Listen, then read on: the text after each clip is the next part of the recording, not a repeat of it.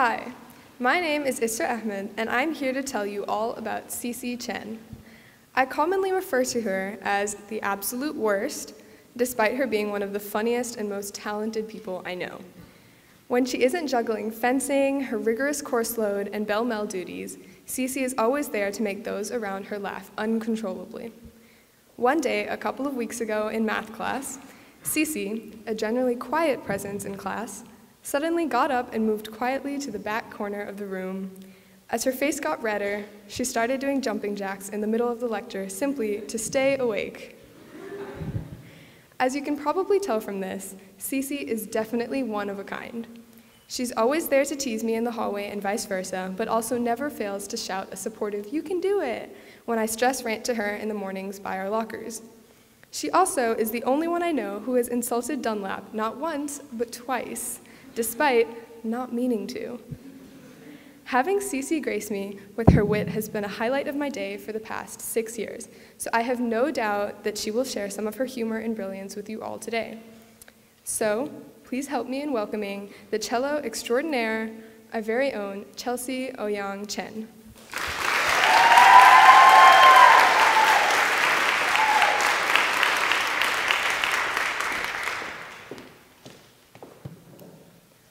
When I go to the beach, I like to walk.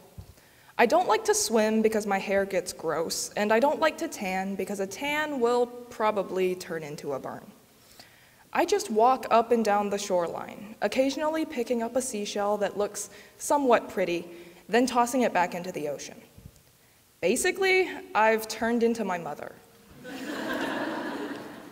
Boring as it sounds, something about pacing along the beach fascinates me, captures my attention, and won't let go until the sun has set and I realize that I have somehow gotten lost while literally walking a line. You see, I love the act of leaving footprints, of feeling the sand shift with every step I take and knowing that that little imprint is my mark upon the world. It's a nice thought, until I realize that the wind and the waves will eventually come up and wash my prints away. This is when I start to feel uncomfortable, because the world seems to be saying to me that my impact will never last. I want desperately to withdraw from this train of thought, and that is my mistake.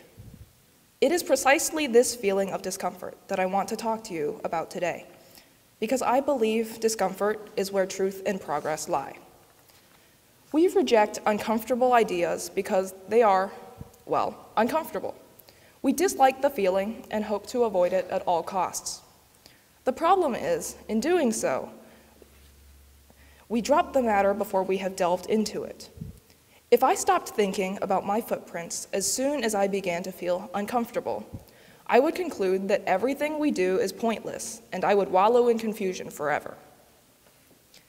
I would never have realized that though time will wear away our marks on the world, it will not erase the fact that I made the mark in the first place. The very fact that I made the footprint has been immortalized in the world's history. So what if the actual footprint is gone? By delving further into the topic that made me uncomfortable, I arrived at what I feel is a truth about the world, and I am forever changed for the better. Think back to an experience in your life that has permanently changed you, that has left its footprint on you, if you will. It was probably uncomfortable, and you probably confronted the discomfort head on. That is precisely why these experiences are memorable. One such experience for me occurred 10 years ago, when at the age of 8, I was diagnosed with acute lymphoblastic leukemia, a cancer of my white blood cells. Being diagnosed with cancer is enough to make anybody uncomfortable. Understatement of the century, I know. But strangely enough, it wasn't really my cancer that made me uncomfortable. Rather, it was the idea of being weak. I, and probably many of you, dislike showing vulnerability. I feel that appearing weak makes me a less strong person. Throughout my cancer journey, I never confronted my vulnerability because it made me so uncomfortable. I hid and suppressed it under a facade of strength, and it made my life more difficult than it should have been, because I became increasingly self-conscious. When I was told that I had cancer, I refused to cry because I thought that crying made me weak. My hair loss was another thing I tried to hide because it was my defining feature as a cancer patient, and I thought that that somehow made me weak as well.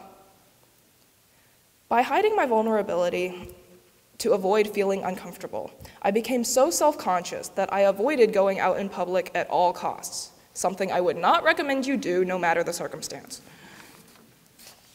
Toward the end of my treatment, I finally confronted and analyzed my aversion to vulnerability and realized my former mindset was ridiculous. Showing your vulnerability does not make you a weak person. In fact, I believe it means you have endured some experience that has greatly impacted you, which only makes you stronger and more admirable. By digging deeper into what made me feel uncomfortable, I arrived at another personal truth that will stick with me forever. I encourage you to embrace discomfort. You won't enjoy feeling uncomfortable, but I urge you to dig deeper into the matters that make you feel that way. Because when you do, some little truth might just pop out at you. Thank you.